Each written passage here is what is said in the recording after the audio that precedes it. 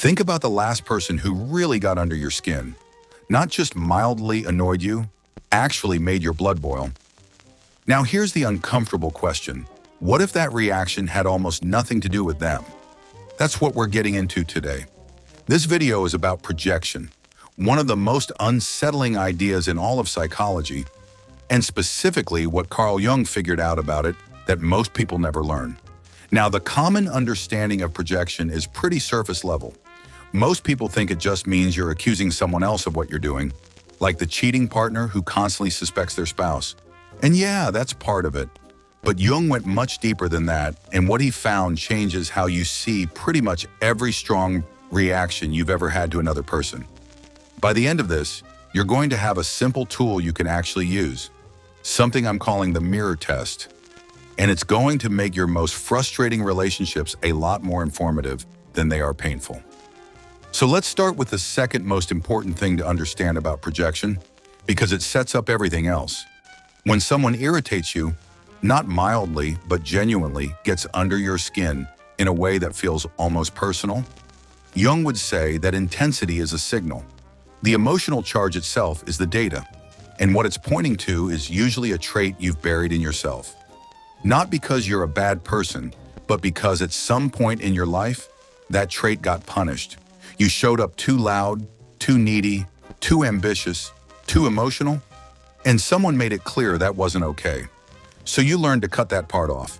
You pushed it down into what Jung called the shadow, that collection of everything you decided you couldn't be. Here's where it gets interesting though. Just because you buried something doesn't mean it disappears. It lives in your shadow, and the way it gets out is through other people. When you see someone else expressing the exact trait you had to disown, your nervous system lights up. Not because they're wrong, but because they're doing the thing you were told you couldn't do. And that feels threatening, so it comes out as judgment, as disgust, as this overwhelming sense that something about this person is just not right. Think about arrogance for a second. If someone being arrogant makes you genuinely furious, not just mildly put off, but actually enraged, the question Jung would ask is, where have you been forbidden to take up space? Because arrogance and confidence live right next to each other. And a lot of people who grew up in environments where being too much was dangerous learned to read any kind of self-assertion as arrogance. So they cut off their own confidence, and then they see it in someone else and it infuriates them. The anger isn't really about that person. It's about the part of you that never got permission to exist. That's important. But if you stop there, you're only seeing half the picture, because projection doesn't just work with the traits we hate. It also works with the traits we worship. The person you admire so intensely it almost feels like obsession. Jung would say they're carrying something you haven't claimed in yourself yet. Think about the people you put on a pedestal, the ones whose confidence, creativity, or freedom you find almost magnetic. That pull you feel isn't random, it's recognition. Some part of you knows that quality belongs to you too. You just haven't given yourself permission to own it yet. So it lives out there in them, and you keep circling it from a distance. This is actually the gentler side of projection, but it's just as limiting.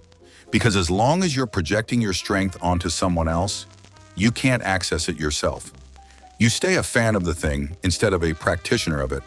And that gap in between what you admire and what you allow yourself to be is one of the most quietly painful places a person can live.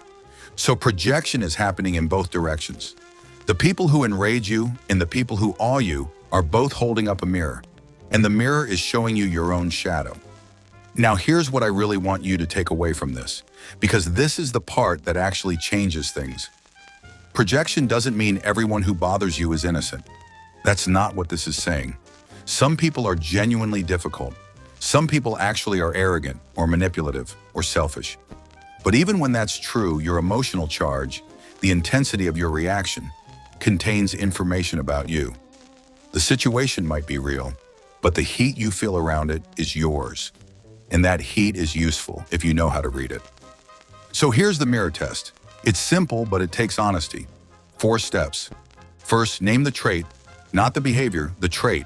Don't say they're always interrupting me. Say they're domineering. Don't say they post too much. Say they're attention-seeking. Get to the actual quality that bothers you. Second, ask where that trait lives in you. Not where you do it badly, but where it exists in some form. If you named attention-seeking, ask yourself where you want to be seen and aren't letting yourself be. If you named domineering, ask where you've suppressed your own desire to lead or direct. This step requires you to be honest in a way that feels uncomfortable, and that discomfort is actually a good sign. It means you're close to something real. Third, ask how that trait got punished. This is where you go back. Was there a moment or a pattern where expressing that quality got you rejected, embarrassed, or shut down? Because the traits that end up in our shadow don't just wander in there, they get pushed. Something happened that made you decide it wasn't safe to be that way. Finding that moment doesn't excuse the trait, but it explains why it got buried, and understanding that is what loosens its grip. Fourth, and this is the step most people skip, ask what the balanced version of that trait looks like. Because the traits in your shadow aren't inherently bad, they're distorted. Arrogance, when you bring it back into balance, becomes confidence. Neediness, when you meet it honestly, becomes the ability to ask for help. Attention-seeking, when you own it, becomes a genuine desire to connect and contribute. Every shadow trait has a healthy version, and reclaiming that healthy version is the whole point of this work. If you're finding this useful, drop a comment with the trait that came to mind while you were watching, the one that belongs to someone who really gets to you.